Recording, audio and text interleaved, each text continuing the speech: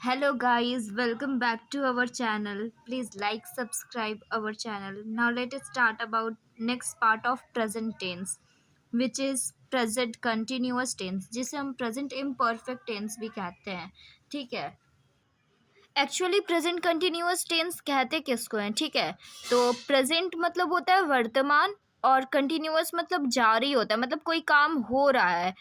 तो वर्तमान में जिसकी क्रिया जारी हो उसे प्रेजेंट कंटिन्यूअस टेंस कहते हैं. ठीक है, इसके बाद हम लोग उसके स्ट्रक्चर पे आते हैं. तो देखो, इस स्ट्रक्चर में ज़्यादा कुछ टफ नहीं है.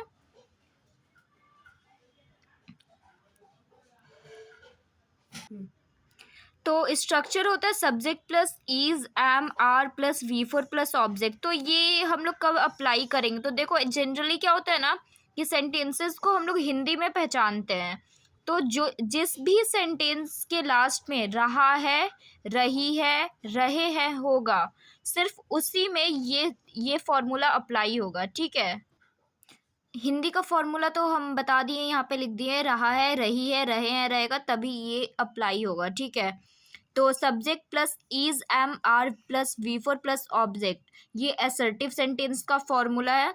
और नेगेटिव सेंटेंस में इज एम आर यानी कि हेल्पिंग वर्ब के बाद नॉट लगता है, उसके बाद वी फोर लगता है, फिर ऑब्जेक्ट लगता है. ठीक है, तो let take a one example to understand the present continuous tense, जिसे हम प्रेजेंट इम्परफेक्ट टेंस कहते हैं. ठीक है, तो हम लोग एक एग्जाम्पल ले लिए, वह पढ़ रहा है. तो ये एक असर्टिव सेंटेंस है, सारे लोग ही जानते हैं. तो इसको असर्टिव सेंटेंस के स्ट्रक्चर पे बनाएंगे. तो देखो, वह का ही हो जाएगा is, and he is reading. ठीक है, तो रीडिंग हुआ कैसे? देखो, हम अब बताए थे स्ट्रक्चर में कि subject plus is am are plus V four plus object. तो वी वन होता है रीड, और वी फोर में आई एन जी लगता है, तो रीडिंग लगा दिए, ही इज रीडिंग. ठीक है, और अब नेगेटिव सेंटेंस में क्या हो जाएगा? इज एम आर के बाद नॉट लगता है, तो वही हो जाएगा, ही इज नॉट रीडिंग.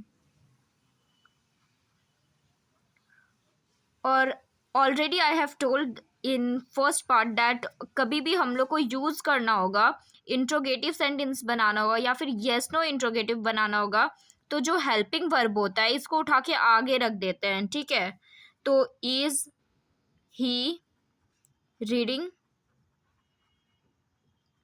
ये हमारा येस नो इंट्रोगेटिव बना, यानी कि ये इंट्रोगेटिव है. ठीक है, और इंट्रोनेगेटिव में क्या होगा?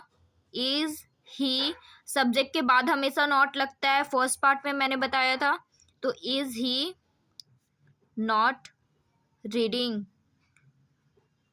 और जब भी डब्ल्यू एच इंट्रोगेटिव बनाना होता है तो कोई भी डब्ल्यू एच वर्ड को हम लोग इंट्रोगेटिव के पहले रख देते हैं. तो इस सेंटेंस में डब्ल्यू एच वर्ड आगे रख देंगे तो ये इंट्रोगेटिव सेंटेंस बन जाएगा, डब्ल्यू एच इंट्रोगेटिव बन जाएगा. और इस सेंटेंस में अगर हम लोग डब्ल्यू एच वर्ड पहले रख देंगे तो ये डब्ल्यू एच इंट्रोनेगेटिव बन जाएगा. देयरफॉर अब भी देखो, एग्जाम्पल से समझो. वाई इज ही रीडिंग, वह क्यों पढ़ रहा है? तो वाई इज ही रीडिंग. और वह क्यों नहीं पढ़ रहा है? तो इंट्रोनेगेटिव सेंटेंस है डब्ल्यू एच वाला. Why is he not reading. बस यही होता है प्रेजेंट कंटिन्यूअस टेंस में. आप कितना भी हार्ड सेंटेंसेस बना सकते हो, बस यही स्ट्रक्चर को फॉलो करते हुए. पहले हिंदी के सेंटेंसेस को देखोगे कि उसके लास्ट में क्या लगा हुआ है, रहा है, रही है, रहे हैं, लगा है कि नहीं. अगर नहीं लगा है तो ये कभी भी फॉलो नहीं होगा, अगर लगा है तो ही आप यूज़ करोगे. ठीक है, और नेक्स्ट पार्ट के लिए लाइक, सब्सक्राइब एंड कमेंट.